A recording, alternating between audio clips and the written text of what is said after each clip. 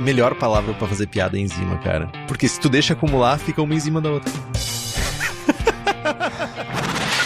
Se você tiver um equipamento que você confia, funciona. Eu não confio no meu, então... Gelatina igual tempo em pó. Melano igual decocção em grão. Desde que eu prometi a Keush, eu nunca mais prometi porra nenhuma. Momento arrombado. Arrombado. Momento arrombado.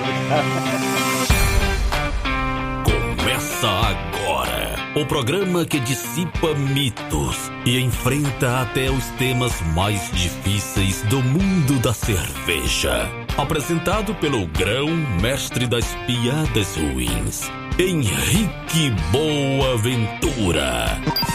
Posso falar a besteira que eu quiser aqui, que tá tudo em casa. Na companhia de pessoas mais inteligentes que ele. Esse é o Braçagem Forte. Alô, Lloyd, tem Henrique Boaventura e água corrente não mata a gente. Ou mata, será? E hoje estou aqui com a Gabriela Lando, a química cervejeira, para dar continuidade à série mais pedida, mais requisitada de todos os tempos e talvez a mais difícil de fazer. Por isso que eu trouxe as especialistas, no caso, né? A especialista para isso, que é a série sobre água. E vão ser 4 programas de conteúdo. Vai surgir um quinto? Ainda não sei, mas por enquanto é só 4. O primeiro, que já foi gravado, você já escutou, o 263, foi um programa mais introdutório. Nós vamos ter o programa 267, que é esse que você está escutando agora, que vai falar sobre íons cervejeiros, pH e alcalinidade. Nós vamos ter um terceiro episódio, que eu não sei ainda qual é o número, porque eu sou relaxado, não olhei isso antes, que vão ser águas históricas e correções de água. E por fim, nós vamos ter um programa de perguntas e respostas para atacar todas as suas dúvidas. Mas antes de chegar lá no 4º episódio, a gente tem que passar por esse. Então, te apresenta aí, Gabi. Ei, ali, roupa! Já que o Henrique fala em alemão, vamos falar em sueco. Né? É uma dupla muito versada nas línguas. Multicultural. Versada em várias bostas, mas também em várias línguas. Enfim. Olá, pessoal. Gabriela Lando novamente por aqui. E, como química de formação que eu sou, eu estou muito, muito feliz com esse episódio de hoje, porque vai dar total sentido à minha própria alcunha de química cervejeira, já que a gente vai falar bastante sobre química e de como ela afeta a produção das nossas queridas cervejas. Muito obrigado mais uma vez pela sua presença, Gabi. E sabe quem também está muito feliz com esse episódio, Gabi? Nossos queridos e queridas apoiadores e apoiadoras do Braçagem Forte, que tem vários benefícios em não apoiar. Temos sorteios de equipamentos, livros e merchans exclusivos, temos a participação do melhor grupo de WhatsApp cervejeiro do país, temos o acesso ao Julgando Forte, que é a nossa iniciativa de treinamento e aperfeiçoamento de avaliação de cervejas, que inclusive a gente já sabe que vai ser o quê? A Stannis, a próxima cervejaria que a gente vai fazer o processo de avaliação é a Stannis. E enquanto a gente não decide qual o kit que já está na fornalha, já estamos discutindo, você pode acessar o site stannis.com, com 2 N's, Stannis com 2 N, e usar o cupom BFL12 e ganhar 12% de desconto em qualquer produto. E lembrando, eles enviam para todo o Brasil, do Iapoque ao Chuí. Então, tu não pode perder esse cupom mágico. É só isso que eu te digo. Vai lá, faz tuas compras e apoiadores e apoiadoras têm mais desconto ainda. E se você quiser ter acesso a tudo isso e acompanhar a gravação ao vivo sem cortes, faça como Alan George, André Leguelé, Carlos Alberto Poitevin, Carlos Rogério de Carvalho Dutra, Cintia Okawa, Denis Torizani, Edmar Kaufeld, Felipe Augusto Kintzer, Gabriel Mendes Souza Martins, Christopher Murata, Leandro Almeida, Luiz Henrique de Camargo, Marcelo Maciel, Maurício Grillet Martini, Ricardo Peixoto Gonçalves, Rodrigo de Lima Costa, Rubens Fernando, Thales de Souza Faria, Thiago Fernandes Dias e o Wellington de Oliveira Ferreira, além de um séquito de outras pessoas mais que nos apoiam pelo Apoia-se. O link é apoia.se/braçagem-forte. O link vai estar aqui no post.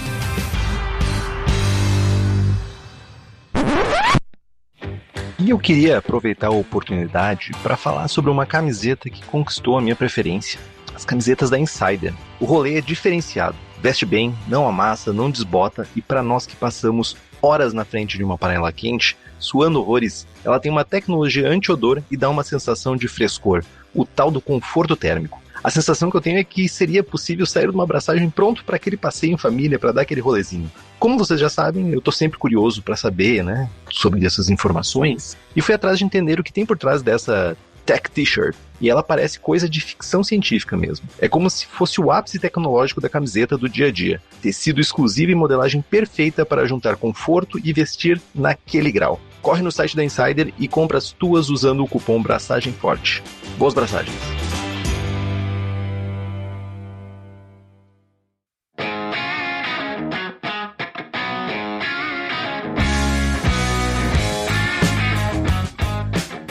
Uma breve revisão, né? Já que no último programa, no 263, nós falamos sobre aspectos básicos da água sem se aprofundar em nenhum tema. Mas hoje a gente vai começar a se estragar. Hoje é um dia que a gente vai começar a ser um pouquinho mais nerd e um pouquinho mais... Vamos sair um pouco mais sábios. Não que a gente não tenha saído do primeiro episódio, mas a verdade é que aqui agora a coisa vai ficar feia.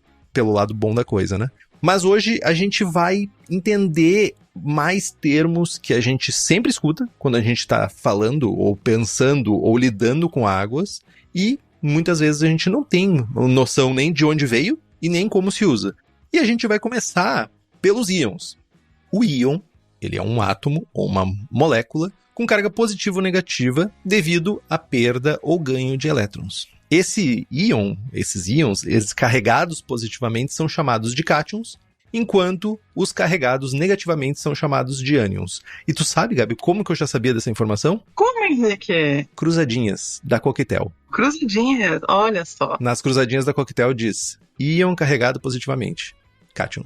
A tua professora do ensino médio chora nesse instante. Eu espero que ela esteja chorando sangue, inclusive, porque ela não me deu aula direito. Então, Ixi, você merece estar chorando sangue. coitada.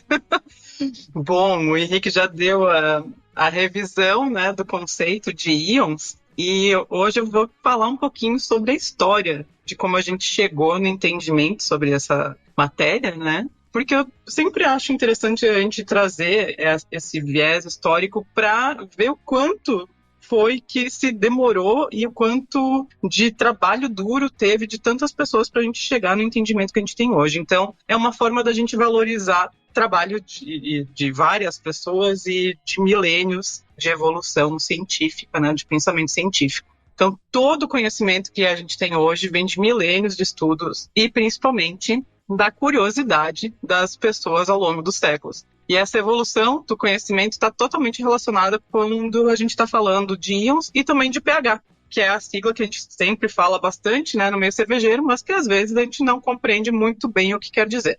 Bom, em 1834, Michael Faraday, vocês já devem ter ouvido falar esse nome, observou que quando metais eram colocados em uma solução e ligados a uma corrente elétrica, algo se movia através dessa solução, de um eletrodo para o outro, né, de um metal para o outro, permitindo que uma das placas se dissolvesse de um lado e formasse alguma coisa no outro lado, na outra placa. Sem entender a natureza dessas espécies que se moviam, ele chamou elas de íon, que vem do grego ionai, que significa algo como aquele que se move.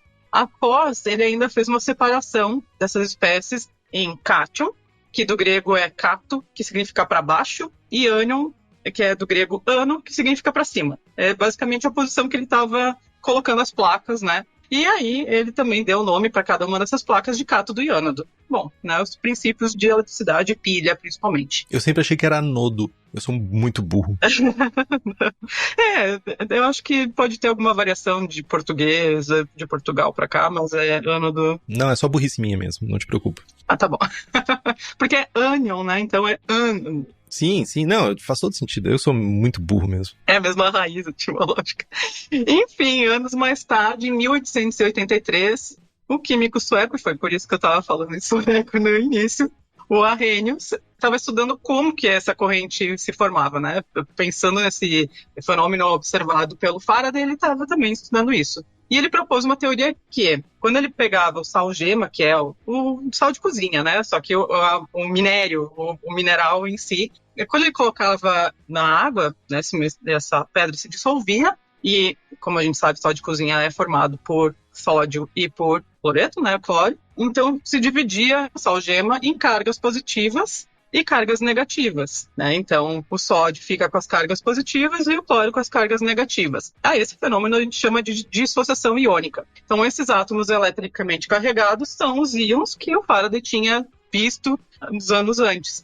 E, então, permitem que a corrente elétrica seja transmitida pela solução sem a gente precisar de um agente externo, como tinha sido feito no experimento do Faraday.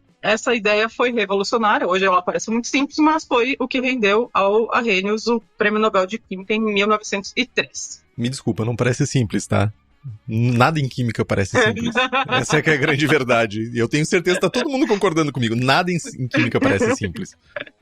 Bom, um ano mais tarde, o Arrhenius também estudou algo muito importante pra gente. E vamos entender ao longo da história o porquê que foi importante. Que ele fez uma definição para ácidos e bases. Mas, para que tenha uma definição de ácido e base, quer dizer que a gente já sabia que existiam essas substâncias antes. E é aí que a história vai nos levar ainda mais distante no tempo para encontrarmos outros muito curiosos ou então aqueles que a gente tenha o registro, que a gente tenha acesso ao registro, né? Pode ser que outros povos também tenham tido essas curiosidades. Mas enfim, lá na antiguidade, os gregos já diferenciavam as substâncias pelo gosto. E provavelmente alguns deles provaram alguma substância só uma única vez na vida, né? Enfim. Tudo que tinha sabor azedo, como vinagre, eles já consideravam como ácido. E a palavra ácido vem do latim acere, que significa sabor azedo. Já as bases, que serviam para fazer sabão, já se sabia, né, das reações de saponificação, foram chamadas de alcalinas, que é um nome que vem do árabe alcali, que significa algo como queimado, calcinado ou mesmo simplesmente cinza. Nessa época já se sabia que os efeitos dos ácidos eram anulados pelas bases. Mas foi só depois de muito tempo, na época dos alquimistas, que a gente começou a entender melhor essas propriedades. Lá pela Idade Média e pelo Renascimento, os alquimistas descobriram vários ácidos, então eles já faziam a síntese de vários ácidos, como ácido sulfúrico, clorídrico, entre outros, e criaram algumas soluções que são muito poderosas até hoje, como a água régia, que é capaz de dissolver o próprio ouro. Né? Alquimistas, ouro, então eles trabalhavam bastante com esse metal. Em 1300, um espanhol, Arnaldo de Villanova, introduziu o uso do tornassol, que é algo que a gente usa no laboratório, inclusive hoje, e tenho certeza que alguns cervejeiros também usam, que nada mais é que um extrato de um líquen, usado como corante até aquela época, que mudava de cor conforme era colocado uma substância. Então, uma solução azul, um líquen que era azul, ao contato com uma substância ácida ficava vermelho. Então, foi aí que começou a se fazer a identificação de ácidos e bases. Esse método foi aprimorado por muito tempo depois, com vários outros extratos vegetais, que se sabia que mudava de cor conforme o contato com soluções diferentes e compostos diferentes. E abriu o caminho para testes diversos e para o desenvolvimento dos indicadores ácido-base que a gente usa até hoje. E só a título de curiosidade, Henrique, sabia que exatamente esse tópico que foi o que dividiu minha vida e que me fez realmente querer fazer química? É mesmo? Que interessante. Eu estava na 8ª série, que hoje é o 9º ano, né? E eu fiz um trabalho de mostra científica sobre indicadores ácido-base. Então eu fiz extratos de várias plantas, várias flores. Geralmente se faz com repolho roxo. É o típico experimento de repolho roxo, mas eu fiz com flores. E aí eu ganhei prêmio, inclusive, nessa mostra científica. E foi aí que eu já gostava, óbvio, mas se for botar um ponto que me diga, quando eu decidi ser química, foi aí. Olha só. Maravilha, olha só, incentivem as pessoas a fazerem esses rolês. Essa que é a grande verdade, hein? As crianças. Exato. Sabe aquele kit de química que tem pra vender? Dê de presente pra aquilo. Vai queimar a criança? Vai. Não vai. Só protege os olhos. É só importante isso. Eu também tinha. Com 11 anos eu ganhei ele, então, ó. Olha aí, ó, viu? Motivos pra eu ter ido pra química. Uma coisa interessante, só complementando, que tu falou que soluções alcalinas vinham do árabe alcali, né? E tu tá falando também do espanhol que fez esse teste de... que para as pessoas entenderem, é quase como se fosse aquele testezinho de pH do aquário. Sim. Muda de cor de acordo com quão ácida ou quão alcalina é a água.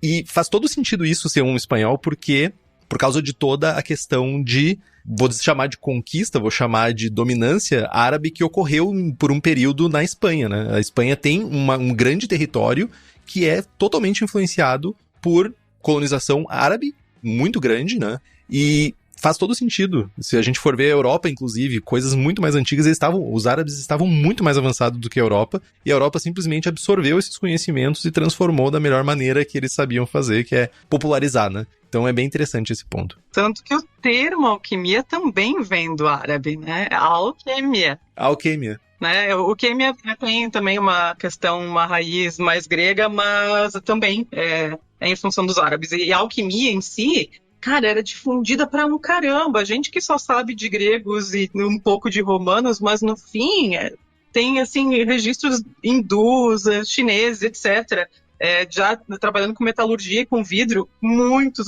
séculos atrás. Total. É muito interessante. Eu gosto, é uma aula que eu sempre dou para os meus alunos de alquimia, sobre alquimia. A história é grande. Mas, enfim, saindo da alquimia, saindo da Idade Média, a gente chega no Iluminismo, e com ele, aí sim, foi a completa revolução científica, né, no entendimento de compostos, de elementos, e a descoberta, entre aspas, né, de vários elementos e gases. No século XVIII, Lavoisier, né, famoso Lavoisier, tentou classificar os ácidos e atribuiu suas propriedades ao recém-descoberto, tinha sido descoberto 1 ano antes, o oxigênio. No entanto, essa teoria foi logo desmentida porque, né, foi se entendendo também sobre o hidrogênio, e aí sim, um alemão, Liebig, constatou que era o hidrogênio um elemento comum aos ácidos que eram conhecidos até aquela época. E aí coube, então, o nosso já citado Arrhenius reafirmar, né, refinar essa teoria e essa ideia e propor que os ácidos, então, são substâncias que liberam prótons, íons de hidrogênio, que são H+,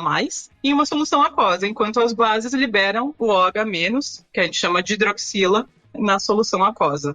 Claro que tem outras definições sobre ácido e base, mas a gente pode seguir com essa básica que a gente vê no ensino médio sem problema nenhum, né? Então, substâncias ácidas liberam H+, substâncias básicas liberam OH-. Essa teoria foi a que ajudou também a explicar o que já se sabia lá na antiguidade, que os ácidos e as bases se anulavam, se neutralizavam e formavam o quê? Água e sal, né? Que é também a regrinha básica de ensino médio que a gente conhece. Meio salínico e meio não salínico, né? Pra fazer bateria e essas paradas, né? Sim, pra solução tampão e tudo mais, que a gente vai falar depois. Mas, enfim, passeio pela história sobre da onde veio o entendimento de íons e de pH. Daqui a pouquinho a gente vai ver. Essa é a parte que eu digo que mas eu não gosto de história. Tudo é história, seu maldito. Tudo é história. Tudo é história. Você só está aqui porque tem história. Mas jovenzinho e jovenzinha que não é maldita porque vocês gostam de fazer cerveja e vocês querem começar a corrigir a sua água cervejeira, na Lamas Brew Shop você encontra tudo o que você precisa. Desde análise de água feita por laboratório certificado, sais para correção, medidores de pH e muito mais. Então corre lá para conferir tudo isso no lamasbrewshop.com.br e você que é assinante do Braçagem Forte, você garante ainda 5% de desconto usando o nosso cupom. Então acesse o site lamasbrewshop.com e receba na sua casa. Ok, a gente entendeu íons, a gente entendeu as teorias, né, que chegaram à definição do que é um íon. Então você já sabe o que é um íon minimamente. Mas outra coisa que a gente fala muito, talvez seja a maior porta de entrada no mundo cervejeiro para as pessoas é o pH, né? É medir o pH. Porque no final das contas é uma coisa relativamente fácil, realmente acessível para as pessoas conseguirem fazer a medição da água, ou a medição do mosto, ou até a da cerveja acabada. Por quê? A pessoa pode comprar um pHmetro relativamente barato, talvez com uma pouca precisão, mas enfim, consegue fazer essa aferição. Ou tu pode usar aquelas fitinhas cachorreira que tinha antigamente, umas fitinhas que tu mergulhava, que era uma desgraça aquilo, mas funcionava também, tu também conseguia ter pelo menos uma ideia do pH. E eu até me pergunto se não tem hoje em dia gente usando aqueles rolês de aquário para fazer medição. Mas enfim, pH é uma porta de entrada, né? Com certeza, mas aquelas fitinhas cachorreiras agora tu sabe que surgiram lá em 1300. Sim, inclusive deve ter a patente lá do como é que é o nome do jovem? O Arnaldus de Villa. Deve ser, inclusive, lá, patenteado por... Já deve ter quebrado a patente, mas, né, pra ver como tem história de algo que hoje é simples e que tu tá até dizendo que não serve pra nada, né, mas... E tem sim importância, né? Elas não vai ser uma medida exata, mas elas têm sua importância também. Mas, enfim, toda essa história vem para mostrar como a curiosidade em entender os fenômenos da natureza e depois da ação humana sobre a matéria nos levou a essas grandes descobertas, inclusive a fitinha para medir pH. E muitas delas têm relação com a cerveja diretamente.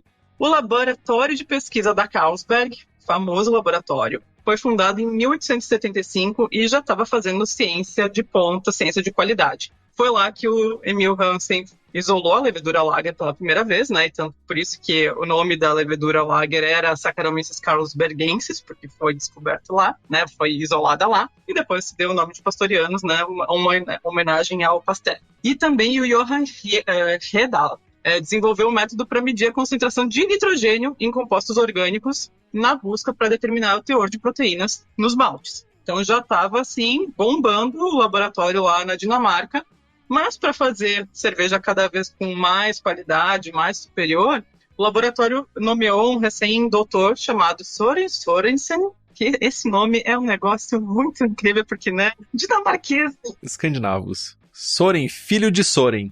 Exato, é exatamente isso. E ele tinha recém se tornado doutor, fazia trabalho com cobalto, com outros metais, e foi nomeado chefe do setor de química lá do laboratório da Carlsberg. Lá ele estava estudando os processos de fermentação, com foco na formação de aminoácidos e enzimas, que a gente sabe que são muito importantes, né, para a gente fazer uma cerveja de qualidade, fazer um mosto com muita qualidade. Durante os estudos, ele percebeu que a concentração dos íons de hidrogênio, né, o H+, que a gente já estava falando, desempenhava um papel fundamental na ação das enzimas, fazendo com que elas tivessem reações mais rápidas ou mais lentas, ou até mesmo sendo desativadas em determinadas faixas dessas concentrações.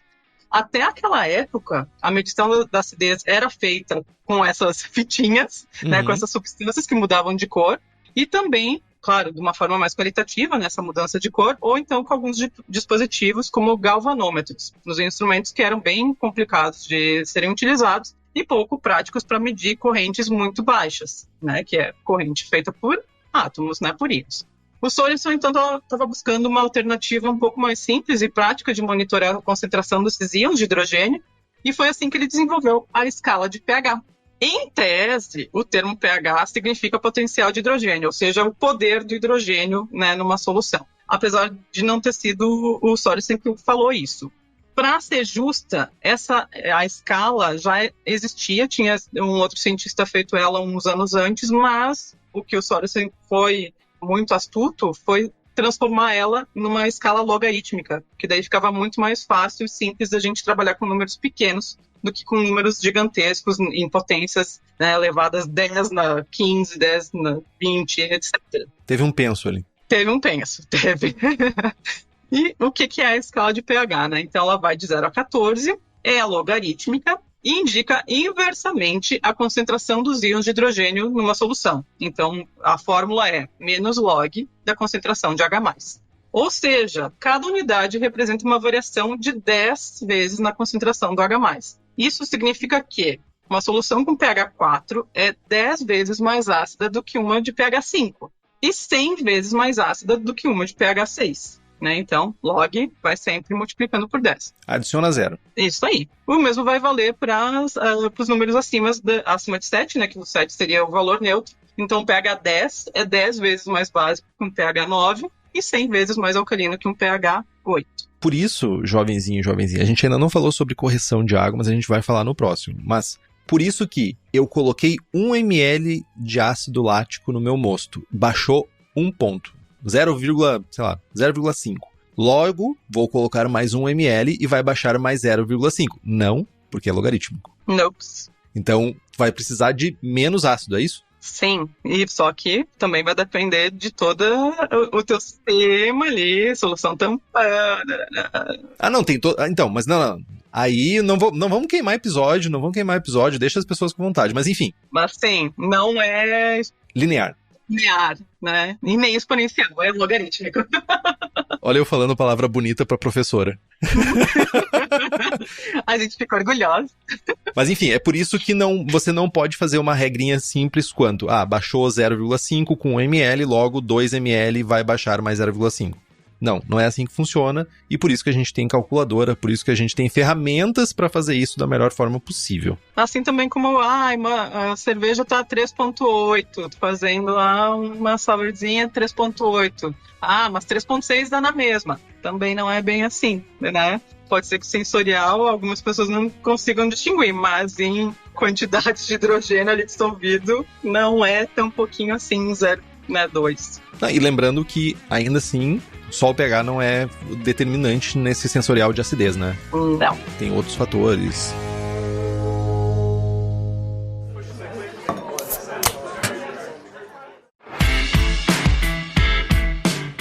E agora então, beleza.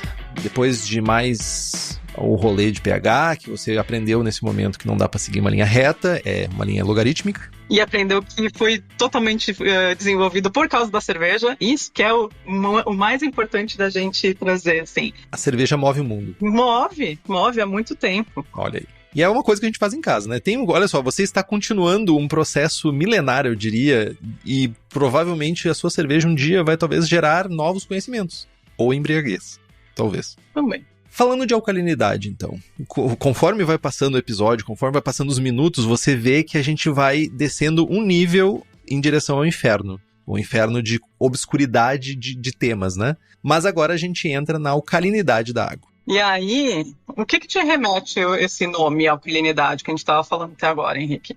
O que me remete à alcalinidade? Me remete a uma coisa alcalina, uma coisa que não é ácida, uma coisa com um pH acima de 7. Me lembra de detergente, não sei por que me lembra de detergente, mas provavelmente conhecimento prévio, que tem detergentes alcalinos, não sei. Uhum. Mas é basicamente isso. Então, e aí, isso que é a dificuldade de muitos dos termos. A alcalinidade não é a mesma coisa que substância alcalina per se, assim, né? Não quer dizer que seja uma base da mesma forma que é um ácido. Uhum. Porque a alcalinidade é a capacidade de um sistema aquoso que ele tem de neutralizar alguns ácidos fortes. Então, uma solução de baixa alcalinidade, como seria alguma água, ou inclusive a água pura, né, destilada, deionizada, vai ter o seu pH diminuído por um ácido fraco, mas uma solução com uma alta alcalinidade não terá uma grande variação no pH quando a gente coloca um ácido, né? Porque os íons livres que estão lá para neutralizar aquela alcalinidade não vão ser suficientes, porque ela segura. Ou seja, a alcalinidade da água, quando a gente está falando especificamente da alcalinidade da água, é um sistema tampão, que é aquele que vai impedir mudanças bruscas de pH naquela solução. Dá para dizer que é atribuir a alcalinidade da água ou do mosto, a resistência que esse meio vai ter ao ácido? É quão resistente ele vai ser ao ácido? Sim. Naquele meio? Isso, exatamente isso. Tipo, é o Hodor lá segurando, ele é um meio alcalino e os White Walkers é basicamente os ácidos. Isso. E quão forte o Hodor é, quanto ele consegue segurar a acidez. Exatamente. Você nunca mais vai esquecer essa analogia. Que analogia, hein? Que analogia mais nerd. Eu achando que eu já tava nerd com o papo de química e aí agora veio um Game of Thrones perdido no meio do caminho, mas é exatamente isso. Alguém tem que ser inútil nessa conversa, né? Mas é exatamente isso, né? Então a alcalinidade da água, ela surge em virtude dos elementos, dos sais, dos minerais que estão dissolvidos nela, que a gente estava falando no episódio passado, né? Como chegam alguns dos íons na água, a alcalinidade também surge em função disso e é principalmente devido à presença de carbonatos, bicarbonatos e hidróxidos. Mas também pode vir de alguns outros, tipo silicato, borato, fosfato.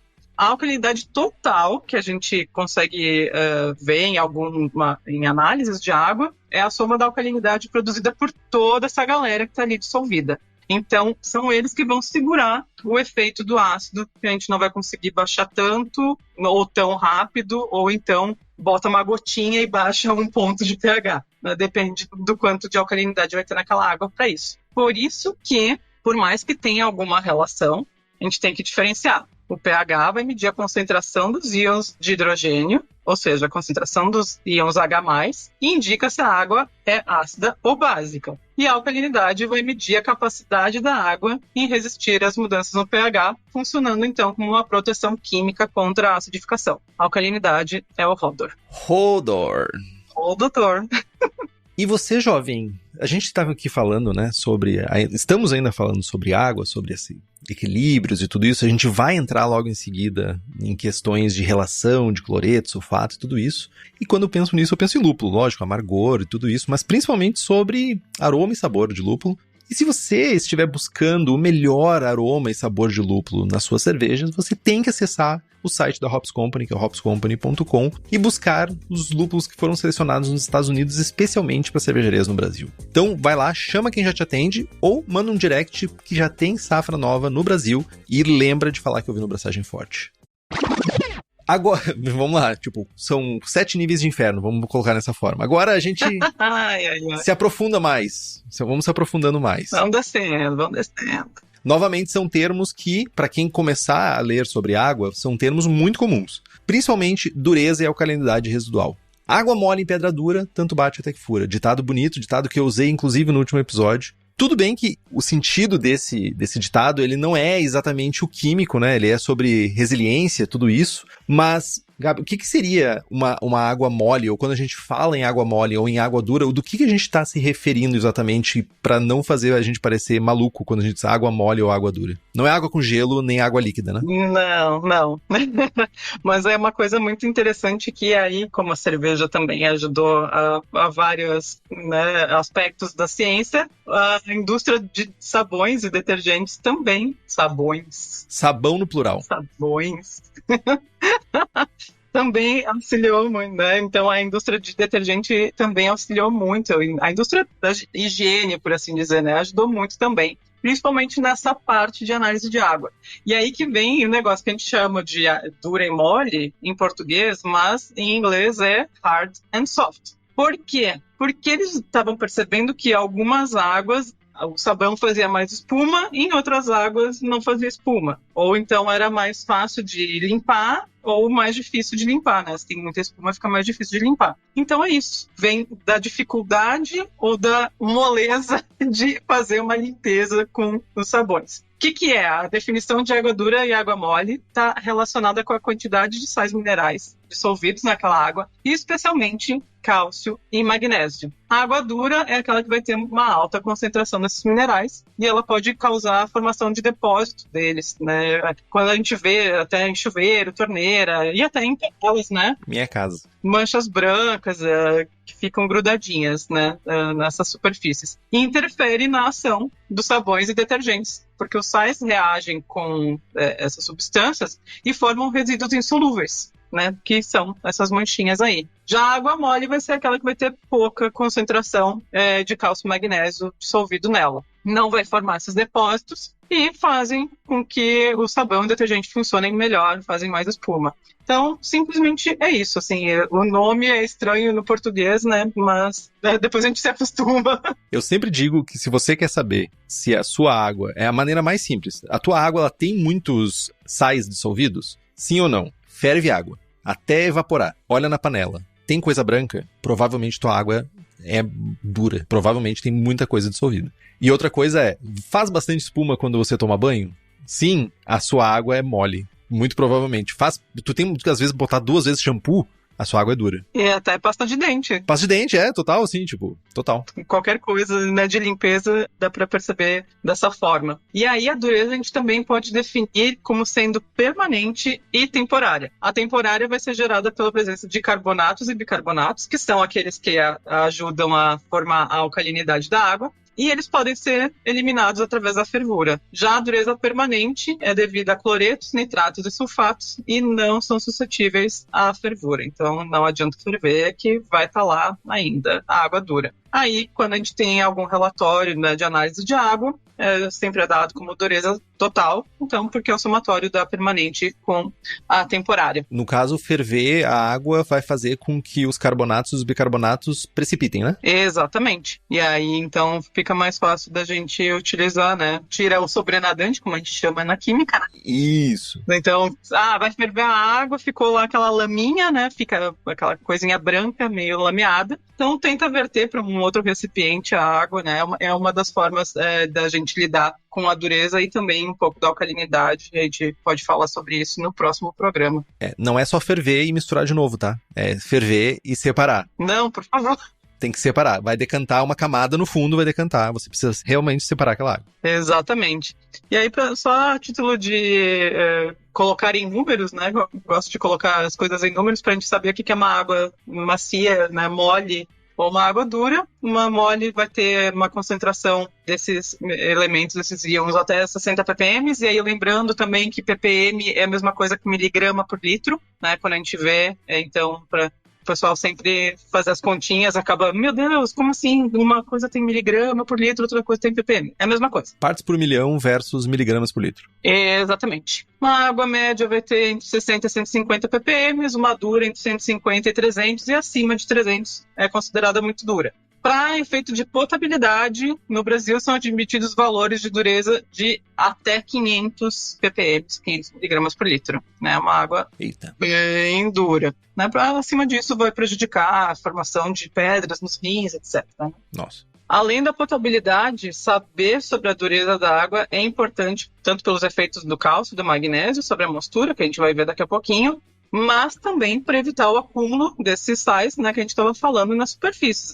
Isso para a indústria é muito importante, porque se começa a precipitar isso nos canos, em caldeiras, pode trazer acidentes muito graves. Então, é muito importante também saber lidar com a água nesses processos e entender que ela não pode ser uma água dura. Mas, agora que a gente já sabe o que é alcalinidade e o que é a dureza, a gente pode entender um outro parâmetro que provavelmente vai ser o maior de todos, que é o da alcalinidade residual.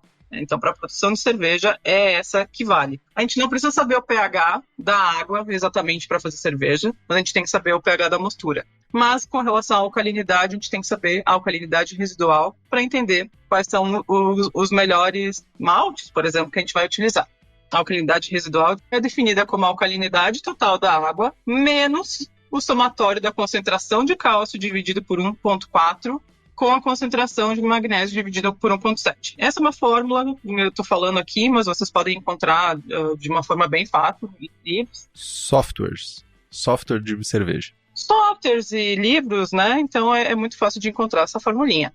De maneira bem geral, a alcalinidade residual é aquela que sobra do sistema tampão na água, depois que a gente adiciona cálcio e magnésio, que também pode ser proveniente do malte, não simplesmente o que a gente está adicionando ali, E assim a gente vai poder modificar o pH do mosto de uma forma mais fácil ou não. Essa é uma ferramenta de grande auxílio que foi desenvolvida pelo Kobalt, que também estudou maltes até não poder mais, mas como que ela pode realmente ser utilizada? Qualquer valor positivo da alcalinidade residual faz com que o pH da mostura seja mais elevado do que se a gente tivesse feito um mosto com água destilada. Da mesma forma, um RA, a alcalinidade residual negativo, indica um pH de mostura mais baixo do que se a gente tivesse feito um mosto com água destilada, que seria água sem íons, pH 7. Que é bem difícil para a gente encontrar aqui, principalmente nesse volume, para fazer cerveja. Sim, da onde que veio a teoria, a gente faz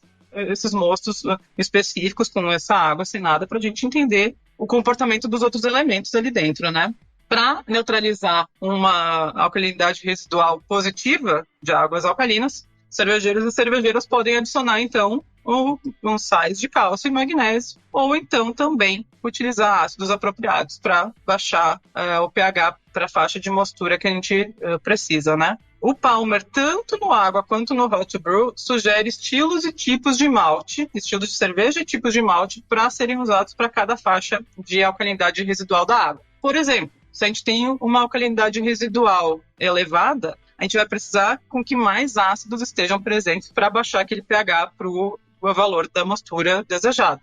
Assim, maltes caramelos e maltes escuros que contêm mais ácidos por si só, podem ajudar a reduzir esse pH para o valor desejado. Mas isso a gente vai falar no próximo episódio, quando a gente estiver tratando realmente sobre estilos e sobre formas de modificar a água. Maltes escuros você já deve ter pensado que realmente pode baixar o pH, mas maltes caramelo pode ser uma informação relativamente nova para você. E além disso, a gente tem malte base acidificado também, que também é muito usado, principalmente na Alemanha, é muito usado para fazer cervejas, o malte acidificado, que é um processo de acidificação natural do malte Pilsen base, que tu bota na boca e tu te arrepende. Basicamente é esse o rolê. É muito ácido, é muito ácido. É bem ácido. Mas também ajuda a baixar. É uma forma ótima. Ajuda bastante a baixar. Se eu não estou enganado, para cada 10%, na verdade, 10% de malte acidificado que coloca, baixa 1 do pH do seu mosto. Aí depende do cálculo de tudo. Não é tão simples. E vem a tua própria frase de antes. Vou colocar 1 ml, vai baixar 1 ponto. Não, né? Não. É isso. Em linhas gerais, é isso, mas depende muito da sua água, depende muito de outros fatores. Mas enfim, no site da Weyermann tá para cada 10% de malte baixa 0,1 ou 1, não me lembro agora, acho que é 0,1. Falamos em íons, mas a gente quer saber o que realmente nos interessa, que são os íons cervejeiros, Mas antes de a gente falar de cada um deles, a gente precisa lembrar que mesmo se a gente fizer uma cerveja com água deionizada, né, sem nada, limpa, tipo um papel em branco, né, vazio, o malte, ele já vai trazer íons, porque ele também é constituído, ele é uma matéria orgânica e ele, na sua constituição, tem íons, não é dissolvidos, mas presentes. Especialmente vai ter o potássio, que ele é o símbolo K+. Então, cada íon que a gente for citar, ele vai ter uma faixa de concentração que é recomendado para a água, independente da contribuição que o malte trará. Isso é importante, até porque essa vai ser uma variação que é muito difícil de a gente controlar no nosso processo, a gente não tem laboratório, a gente não tem nada. Então, o mundo da cerveja, ele não é uma ciência exata, a gente lida com limites, assim, a gente entende que se a gente fizer isso, vai ficar melhor, não quer dizer que vai ficar perfeito. Então, a gente pode dividir esses íons em importância cervejeira em duas categorias, né? Os íons funcionais, que são aqueles que vão participar de alguma forma direta na produção ou na parte de fermentação do mosto, e os sensoriais, que são aqueles que vão ressaltar ou diminuir sabores na cerveja final, né? Então, esses são os principais. Então, vamos começar. Lembrando, são faixas recomendadas. Essas faixas são retiradas do livro Água. Então, para quem tiver interesse, tá lá. E aí tem as fontes da onde o Palmer também se baseou, né? Mas é isso. Com relação à água cervejeira, não vamos pensar no total, porque, como o Henrique falou, a gente não tem como saber o quanto tem de composição mineral nos maltes que a gente está usando e também nos lúpulos, né? Não é só o malte que vai agregar. Começando com os funcionais, vamos falar dos íons funcionais e o que é o campeão de todas as funções, que é o cálcio. Cálcio, a gente acha escrito nos livros, né, nas matérias, Ca2+. Ele é um íon positivo, então ele é um cátion. Concentração desejada para cálcio na água cervejeira, entre 50 e 150 ppm. Por que ele é tão importante? Ele vai reagir com o fosfato que vem do malte, ali pela mostura, precipitando o fosfato de cálcio e liberando íons hidrogênios que atuam na diminuição do mosto. Então, também, voltando a falar de pH, ter cálcio vai ajudar a baixar o pH para a faixa desejada. Ele vai atuar na mostura, estimulando as enzimas proteolíticas e amiolíticas, que são aquelas que a gente mais vai precisar para depois ter a conversão em açúcares, né? Tem um efeito também protetor da alfa-amilase contra a desnaturação pelo calor. Então, ajuda a preservar a alfa-amilase numa faixa ou por um tempo maior, em virtude da sua presença. Também a sua presença favorece a floculação da levedura no final da fermentação, porque auxilia, tem vários mecanismos, mas um deles é que o cálcio auxilia na atração eletrostática entre as células da levedura, e aí elas vão reticulando, se agregando, ganhando massa e, por fim, elas decantam. Durante a fervura do mosto, o cálcio, assim como o magnésio e como o fosfato, auxilia na interação entre proteínas e polifenóis, ou seja, auxilia na formação do trub, que também vai ser benéfico, então, para a clarificação da cerveja, promovendo maior estabilidade coloidal e também ajudando a prevenir o chill haze em função disso, né? A turbidez a frio, que a gente tanto vê em algumas cervejas, também pode ser minimizada com a presença do cálcio. Os sais de oxalato de cálcio, os oxalatos, no geral, que estão presentes no malte da cevada, vão reagir com o cálcio e formar o que a gente chama de beer stone, que é o oxalato de cálcio. Os cristais de oxalato de cálcio atuam como pontos de nucleação de gás e causam formação de espuma e gushing. Muito gushing. Quando a gente abre a garrafa e ela jorra, pode ser por causa de beer stone, quando eles são formados na cerveja pronta. Para evitar isso, é importante, então, que a gente tenha o cálcio durante a mostura, para que se decante lá naquela fase e não na garrafa para fazer toda essa meleca, né? Mas também tem o outro lado. Se a gente colocar muito cálcio, por exemplo, acima de 250 ppm, vai inibir a absorção do magnésio pela levedura. E o magnésio, a gente vai ver daqui a pouco, é muito importante para a fermentação, para a saúde da levedura. O cálcio é essencialmente neutro com relação ao sabor, mas se a gente tiver junto com uma elevada concentração de magnésio, pode conferir um sabor meio azedinho à cerveja. O magnésio, outro íon cervejeiro, muito importante, que tem como símbolo Mg2+, ou seja, é um ânion. Cátion. Positivo. Ô, maldito. É que na cruzadinha pelo menos tem a quantidade de letra, né? Aí eu me lembro. É verdade. A concentração desejada desse íon na nossa cerveja é entre 0 e 40 ppm. E ele é muito importante, tão importante talvez quanto o cálcio na água, mas ele é menos eficaz na redução do pH do mosto. Então, quando ele está reagindo com íons de fosfato. Ele tem um papel fundamental na estabilização da estrutura celular da levedura, além de compor o sítio ativo da metaloenzimas, que age no metabolismo das leveduras e no seu papel fermentativo. A falta de magnésio pode levar a modificações morfológicas das células, e várias referências citam que uma concentração mínima requerida pela levedura desse íon é de 5 ppm, mas que a sua quantidade parece ter um papel ainda mais importante na fermentação de cervejas de alta densidade ou as nossas famosas high gravity, né? E tem uma coisa que também é importante, é que o malte contribui com magnésio também. Ele contribui, dizem algumas literaturas, que contribuem com a quantidade mínima necessária de magnésio para uma fermentação saudável e para uma conversão saudável. Também o magnésio é um cofator essencial na enzima piruvato descarboxilase das leveduras, devendo estar presente no mosto a um nível mínimo de 5 ppm. Novamente, 5 ppm é uma faixa que, pelo menos se tu está fazendo uma cerveja com malte, provavelmente tu vai chegar nessa faixa.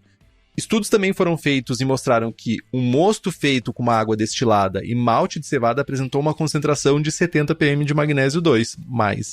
Então, não é uma preocupação que a gente precisa ter. Como eu falei antes, a gente não precisa se preocupar tanto assim com o magnésio como a gente se preocupa com outros íons, porque no final das contas, a adição de malte mesmo, malte de cevada ou malte de trigo, vai trazer já essa carga de magnésio que vai resolver a nossa questão. A grande questão é se você estiver fazendo o contrário. Se você estiver usando muito adjunto, muito açúcar simples, muito milho, muito arroz, aí talvez essa carga não vai ser o suficiente, mas ainda assim seria necessário fazer uma análise laboratorial do mosto para ter essa diferença e ver que realmente está surtindo um efeito negativo, né? Então, concentrações superiores de magnésio têm efeito de quê? Cocô.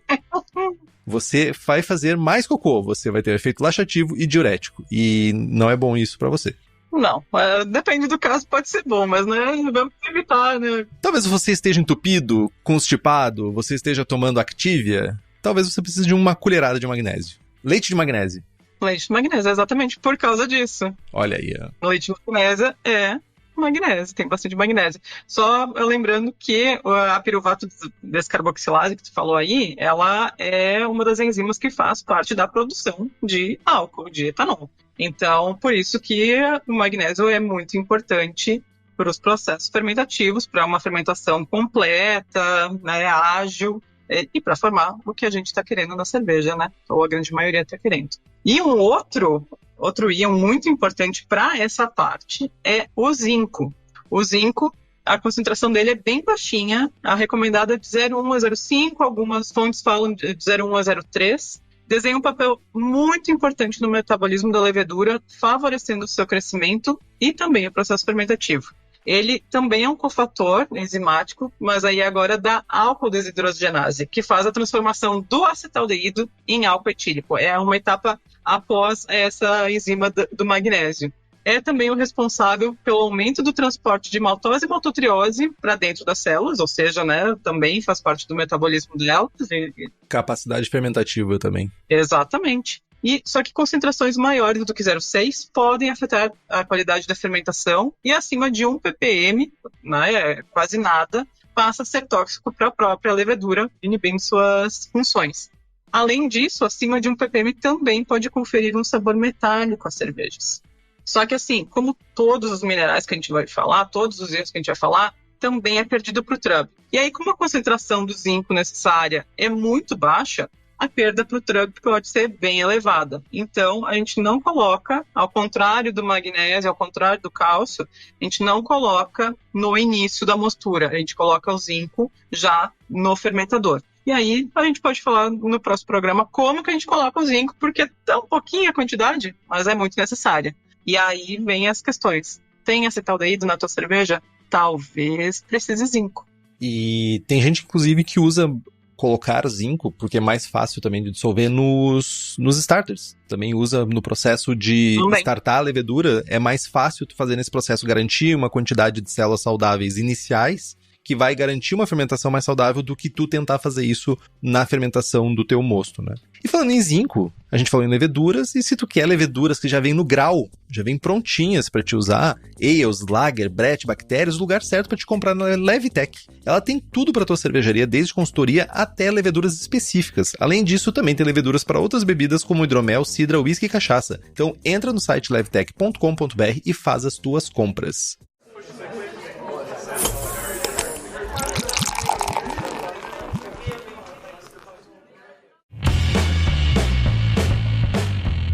Aí a gente tá entrando no mundo dos íons sensoriais, né? Que é aquilo que a gente falou, que são os íons que eles acrescentam, ressaltam ou deixam de ressaltar, que eu me esqueci qual é o oposto de ressaltar, o sabor e o aroma da nossa cerveja. Diminuem.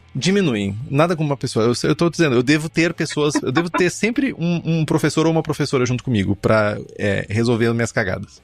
Começando pelo sódio, que tem como símbolo Na+, é um cátion. Acertei? Olha aí, ó. Palminhas. Depois do segundo, passar vergonha ao vivo é diferente. Tem uma concentração desejada entre 0 e 50 ppm. E em concentrações entre 70 e 150, ele ressalta os sabores da cerveja. Ele vai acentuar o dulçor, né? O dulçor provido pelo malte, ele é acentuado por uma concentração mais alta de sódio. Especialmente se a gente associar isso, em associação, na verdade, com os íons cloreto. O sais de sódio também pode contribuir com sabor salgado em concentrações bem mais altas, 150 a 200 ppm, e também podem apresentar sabor desagradável, especialmente se a gente elevar isso para a faixa dos 250 ppm. A combinação de altas concentrações de sódio e de sulfato também vai levar a sabores muito minerais, ásperos, azedos ou até amargos na nossa cerveja ou na nossa água que tiver essa concentração, né? Então, produzir com água de concentrações mais baixas de sódio geralmente vai resultar em um sabor mais limpo na cerveja. Lembrando que temos alguns estilos de cerveja que exigem uma adição de sódio maior, né? Não estamos falando especificamente sobre eles. Não estamos falando de Gueuze, né? Mas, sim, podemos colocar bastante sal até um limite para não dar problema para a própria levedura, né? Então, ali pelos 250 talvez possa ser um valor. E é o rolê de doce, né? O doce tu bota um pouquinho de sal no doce, justamente, pra ressaltar o doce, né? Então, é o mesmo rolê, mais ou menos, né? É aquela clássica do pessoal daqui de comer bergamota com sal. Eu nunca ouvi falar isso na minha vida. Tá meio ácido, e aí coloca o sal, fica adocicado. E toma tequila com todo aquele paranauê de limão e sal. Não, pera só um pouquinho. Tu falou em bergamota com sal. Nunca vi bergamota com sal. Sim. O pessoal come. Que pessoal? Da tua casa? Não, aqui não. Aqui na minha casa a gente não come, mas já vi muita gente fazer isso aqui. Não, isso não é gente bem. Gente que come bergamota com sal não é gente de bem, não. Manga verde com sal, né? Depende da região, sempre vai ter alguma coisa com sal. Por quê? Pra ressaltar o dulçor, tirar a acidez e tal. Pessoa hipertensa. Então... Tem essa coisa. E aí a hipertensão também, né? A gente tem um limite recomendado pelo OMS e as leveduras também vão ter esse limite, né? Então não pode saturar muito de sódio de forma nenhuma. Mas, junto com o sódio, também tem um outro íon que vai atuar nessa parte sensorial, que é o cloreto. E aí o íon cloreto não está relacionado com o cloro. Depois a gente vai falar sobre isso, tá? A concentração desejada dos íons cloreto varia de 0 a 100 ppm. E a presença também, assim como o sódio, vai ajudar a realçar o dulçor do malte e também o corpo da cerveja. Mas, se a gente passar dos 250 ppm, vai produzir também um sabor salgado, mineral, especialmente em combinação com sulfatos e com o sódio. Níveis superiores a 300 ppm podem afetar a saúde das leveduras, assim como no caso do sódio, e acima de 500 ppm vai trazer um efeito meio de cerveja descarbonatada. Vai ter uma sensação meio flat. E por fim, dos íons sensoriais, né, que a gente está falando, a gente tem o sulfato, que é o SO42-, então é um ânion, que tem uma concentração desejada entre 0 e 250 ppm. Então esse íon de sulfato, ele acentua o amargor do lúpulo, ou seja, ele faz com que a cerveja tenha uma percepção de amargor mais presente, também de secura, uma cerveja mais seca e mais fresca, dá essa impressão de frescor, ou seja, para cervejas lupuladas é uma ferramenta bem importante para te trabalhar. E em concentração superiores a 400 ppm, o amargor pode se tornar adstringente e desagradável. Então, um wrap-up aqui, nunca é quanto mais melhor. É tipo, tem limites. E tudo tem limites, inclusive municípios. Mas, tipo, limites. Nunca vai tão longe. Sempre limites muito altos vão gerar coisas ruins. Isso porque a gente precisa lembrar que cerveja é equilíbrio. E tem gente Total. que escapa disso, né? Então, claro que vão ter outros fatores que vão influenciar, não ficar um amargor desagradável, não ficar harsh. Sim, vai ter, né? Proteínas, o tipo de grão que está usando, etc. Mas é isso. Se trabalha com valores mais reais né, e em busca do equilíbrio. E, falando em equilíbrio, o que mais vai importar, né, nesse rolê dos íons sensoriais é a relação ou razão sulfato-cloreto. Isso que é o principal para a gente falar de cerveja e falar sobre equilíbrio de cerveja, que vai ser a proporção, então, entre eles, que vai determinar se vai ter uma cerveja equilibrada entre malte e amargor, ou então uma cerveja um pouco mais voltada para o dulçor do malte, ou então um mais amargor do lúpulo. Lagers claras e leves, que dependem de aroma de lúpulo nobre, por exemplo, são mais sensíveis aos níveis de sulfato, então se recomenda que tenha um nível baixo dos 2 íons nesse caso, né? Ali fica em torno de 50, 100 ppm. A proporção sulfato-cloreto não é algo mágico. Então, se a gente tiver escrito 1 para 1, isso não quer dizer que a gente vai colocar 400 ppm de um, 400 ppm de outro. Nem que vai ser 30 e 30. Né?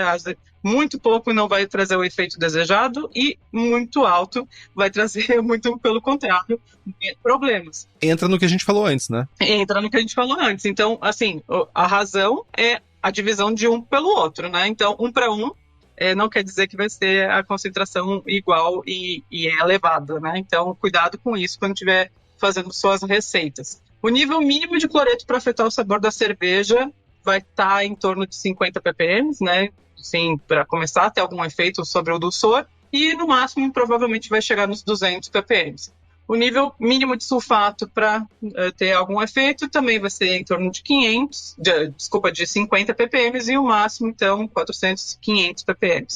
Deve-se notar que algumas cervejas podem ser produzidas com mais níveis de sulfato, e historicamente isso já aconteceu e ainda acontece, mas além de poder ter essa questão de sabor, algumas pessoas também são sensíveis aos níveis de sulfato e podem ter algum desconforto gastrointestinal com relação a isso. Então, pode ser isso.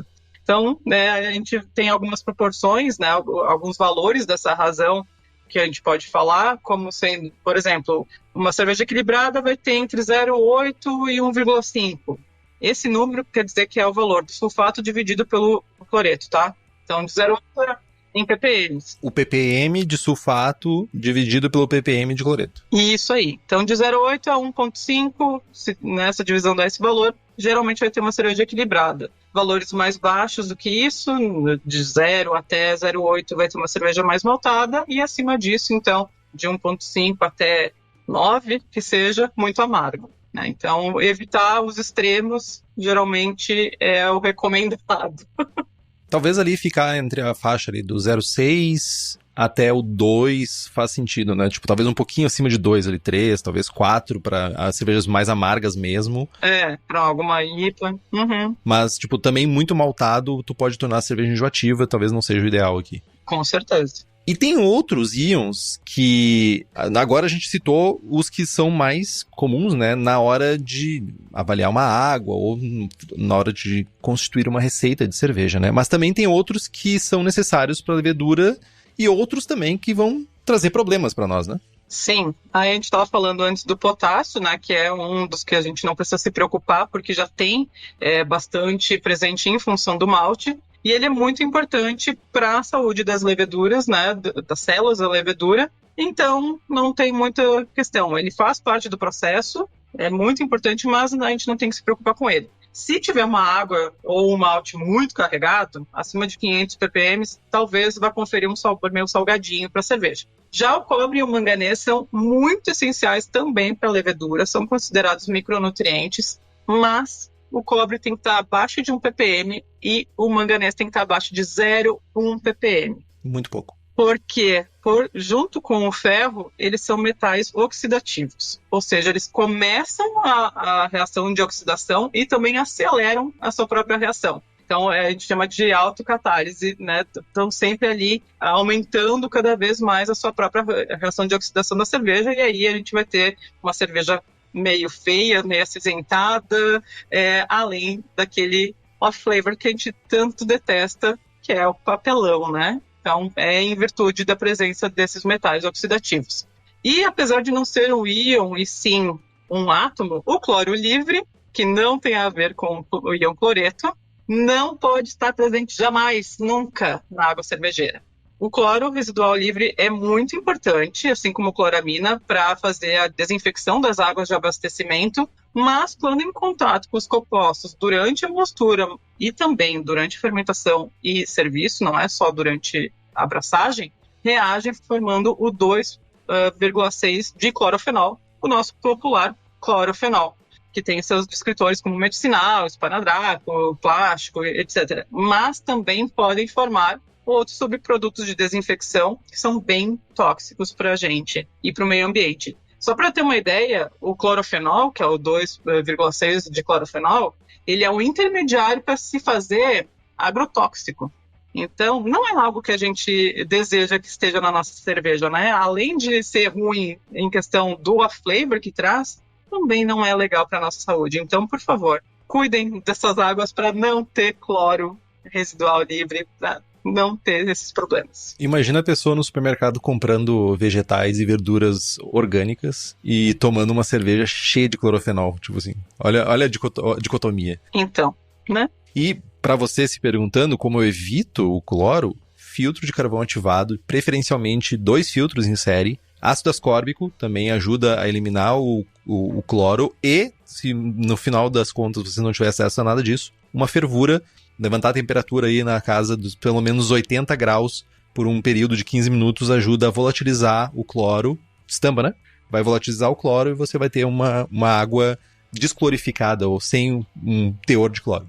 Mas importante, agita durante esse aquecimento, para toda a água ter contato com calor e tudo mais, e aí a dispersão ser... homogeneizar, né? Exato.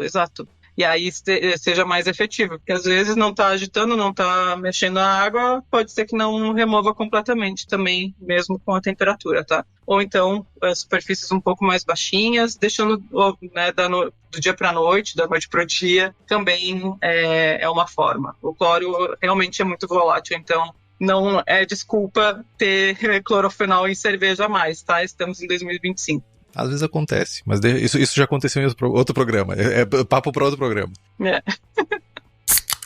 Gente, você deve estar aí agora nesse momento. Cara, como é que eu faço pra saber qual é a composição da água? Como é que eu mudo ela? Se eu posso ou se eu não consigo, como é que eu faço? Como é que eu faço pra fazer uma cerveja boa mexendo com água?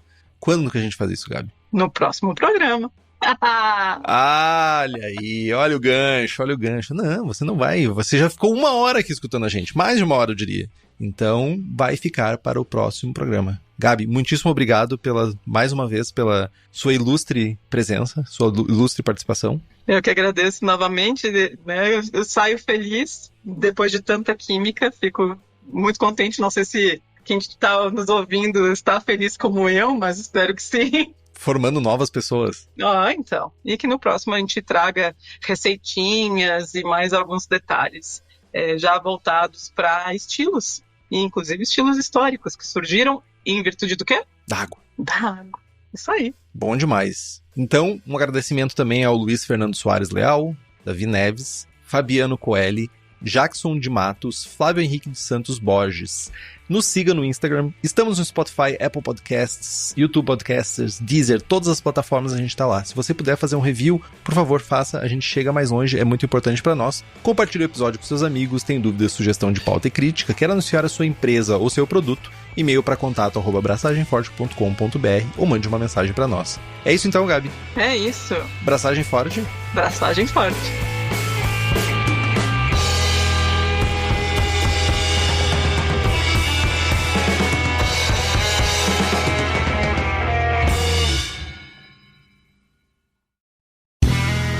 Este podcast foi editado por Play Áudios.